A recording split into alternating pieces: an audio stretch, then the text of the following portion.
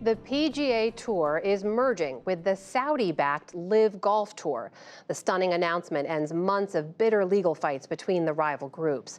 The PGA says the move will, quote, unify the game of golf. But critics and human rights activists argue the merger will stain the legacy of the tour, given LIV's close ties to the Saudi royal family. For a closer look, I'm joined by Brendan Quinn. He's senior writer at The Athletic, who's covered this story from the outset. Brendan, welcome to the NewsHour. As I saw from the reaction online, this seemed to catch a lot of people by surprise. What about you? Did you see this merger coming? Well, I certainly did not, but I'll say, typically it's maybe the media or fans are the ones caught off guard. Rarely do you see tour officials, the most prominent players in the game, the most powerful agents in the game, um, have no idea this was coming. Zero indication. That the PGA Tour often refers to itself as a player-run organization. That it operates differently than traditional professional sports leagues. Well, in this instance, a player-run organization, the players had no idea that this was happening, and the reactions were everything from confusion to anger. Um, and it's been reacting in real time basically since 10 a.m. this morning. And Brenda, that's really just it's a stunning thing to be able to say. What does that tell you about how this deal was crafted? Can you repeat that? Of course, I'm just asking if you know, based on the reaction and the surprise we saw, what does that tell you about how this deal was crafted?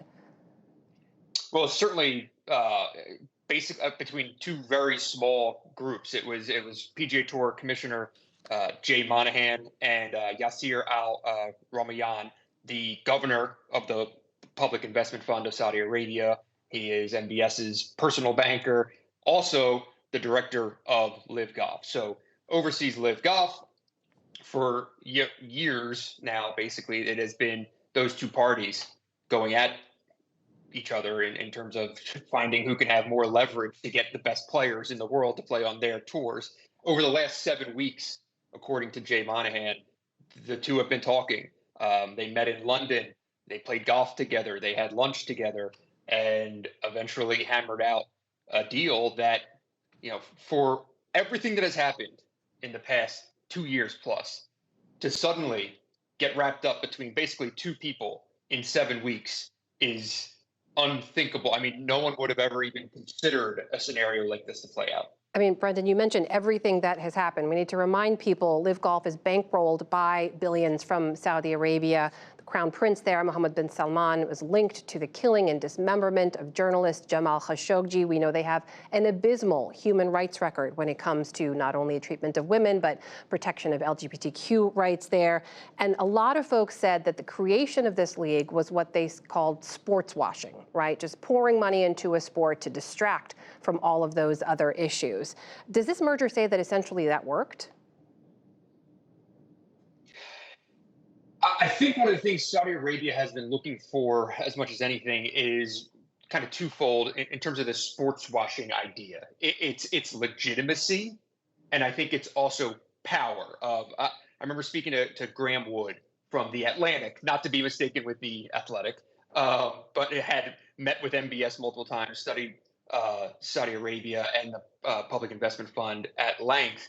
And one thing he said to me that always stuck with me, he goes, it would be something that the Saudis would think of would be, why buy a sports team when you can buy a sports league? Like, there's that degree of ambition. So in creating Live Golf, it was come up with an entirely new entity to try to take over a sport and gain as much leverage in that sport as possible. Well, now today, in a 2 years ago, if it could have, I should say, the Public Investment Fund would have bought the PGA Tour outright if they would have sold for how many ever number of billions. It doesn't really matter. But the PGA Tour wouldn't sell. And now it's the influx of cash that the PGA Tour is getting from the Public Investment Fund that is bolstering the tour and giving basically the Saudi government, a controlling share of it.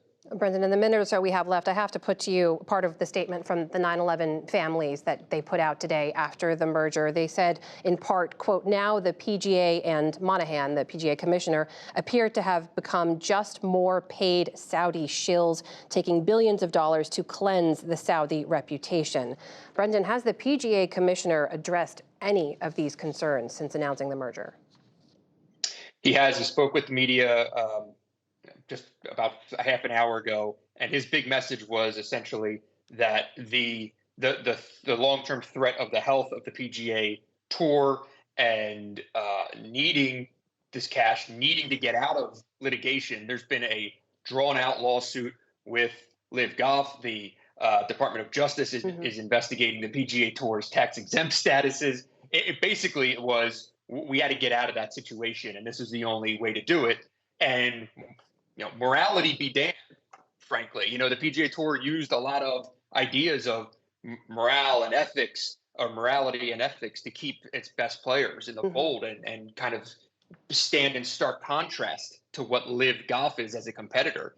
And essentially, at the end of the day, chose its own, financial security over those concerns of morality. That is Brendan Quinn, senior writer from The Athletic, joining us tonight.